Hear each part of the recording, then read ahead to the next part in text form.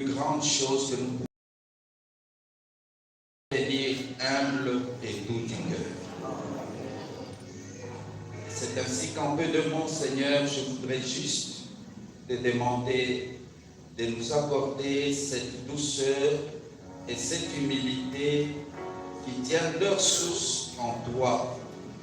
Ne nous laisse pas fabriquer l'humilité, car l'humilité fabriquée de main d'homme n'est que de l'hypocrisie et de l'assimilation. Mais si tu nous donnes la véritable humilité que seul le Saint-Esprit peut produire dans la vie de l'homme, dans le cœur de l'homme, alors, Seigneur, nous serons très contents et nous allons glorifier ton nom. D'autant plus que le prophète a dit que lorsque nous arriverons au ciel, nous serons surpris que les gens que nous allons rencontrer là-bas, c'était des gens qui ont été humbles sur la terre. Accorde-nous, Seigneur, cette véritable humilité, cette véritable douceur, de manière à ce que dans notre attitude devant chaque frère, devant chaque sœur, devant chaque personne, devant tes serviteurs, et même dans nos lieux de travail, partout où nous pouvons être, Seigneur Dieu, que notre attitude soit la véritable humilité et l'humilité authentique, la douceur authentique qui vient de toi, Seigneur. Bénis ton serviteur par lequel tu nous as parlé. Béni soit le prophète qui nous a laissé ce message.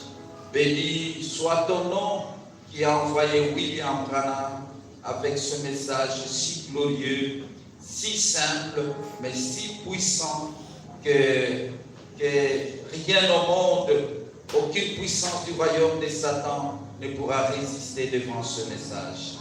Seigneur, merci beaucoup.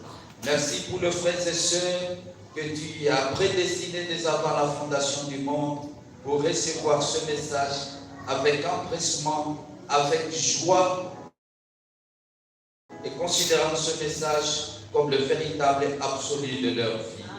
Merci Seigneur. Et maintenant que nous sommes arrivés à la fin de notre culte, te prions de conduire chacun de nous, d'être avec nous. Tu sais, Seigneur, que nous n'avons qu'une force par nous-mêmes. Nous n'avons qu'une capacité par nous-mêmes de nous conduire ou d'obtenir quelque chose. Nous dépendons entièrement de toi, Seigneur. Amen. Aide-nous, Père. Aide chacun de nous. Ceux qui sont malades, qu'ils partent, qu'ils repartent d'ici parfaitement guéris. Amen. Et que, sans qu'ils s'en rendent compte, Seigneur, que la maladie les quitte simplement et ils vont s'en souvenir simplement après quelques temps que Dieu a enlevé cette maladie. Ceux qui ont des chagrins, Seigneur, console-les. Ceux qui manquent la nourriture, Seigneur Jésus, souviens-toi d'eux. Comme tu as dit dans ta parole, que c'est moi qui nourris toute chaise. Ne vous inquiétez pas de ce que vous allez manger, ni de ce que vous allez vous vêtir, car votre Père Céleste sait que vous en avez besoin. Seigneur Dieu, ceux qui ont des problèmes difficiles, pendant tout ce temps, laisse que Seigneur Jésus, toi qui as dit que je suis la solution à tous vos problèmes, tu te révèles dans la simplicité, dans la modestie, tu apportes la solution. Parfois, sans même qu'ils puissent s'en rendre compte, afin que ton nom soit glorifié parmi ton Père. Bénis notre pasteur, bénis les conducteurs des chants et toute l'équipe de musique qui nous a conduits dans la louange. Et bénis chaque personne qui est venue ici et qui t'a honoré par sa présence. Au nom de Jésus-Christ, nous t'avons ainsi prié humblement.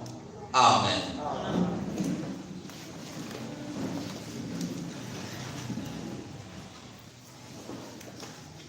Je pense que nous sommes arrivés à la fin de notre culte.